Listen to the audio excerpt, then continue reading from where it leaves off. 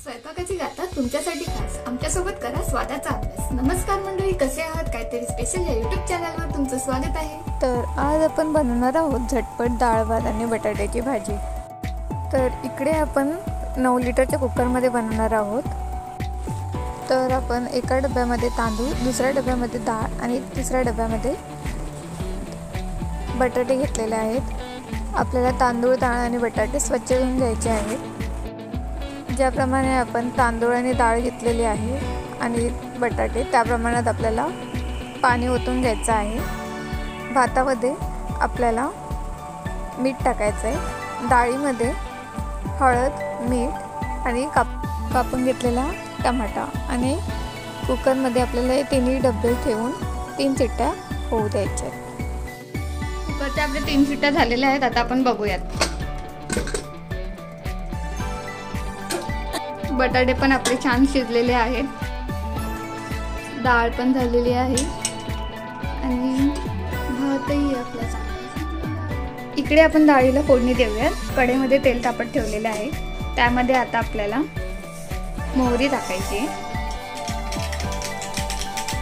मोहरी तडतडली की त्यामध्ये आपल्याला जिरं, कढीपत्ता, मिरची, लसूण एकत्र मिक्स करून घ्यायचं। यामध्ये आपण शिजवलेली डाळ टाकून घेऊया। डाळीला छान उकळी आलेली आहे, त्यामध्ये आता आपण कोथिंबीर टाकूयात आणि आपली डाळ तयार झालेली आहे। बटाट्याची साल काढून आपण कापून घेऊयात। इकडे आपण बनवणार आहोत बटाट्याची भाजी। त्यासाठी आधी आपण तेल टाकून घेऊयात। तेल गरम झालं की त्यामध्ये आपल्याला मोहरी टाकायची, त्यानंतर कांदा, काश्मीरी मिरची। कांदा आपला लाल झाला की त्यामध्ये आपल्याला अद्रक लसूण पेस्ट टाकायची आहे। छान असं हलवून घ्या। आता आपल्याला हळद टाकायची आणि चवीनुसार मीठ। बटाटे आपण उकडून कट करून घेतलेले आहे ते त्यामध्ये टाकू। छान असं एकजीव करून घेऊयात। 2 मिनिटं आपण झाकून ठेवूयात।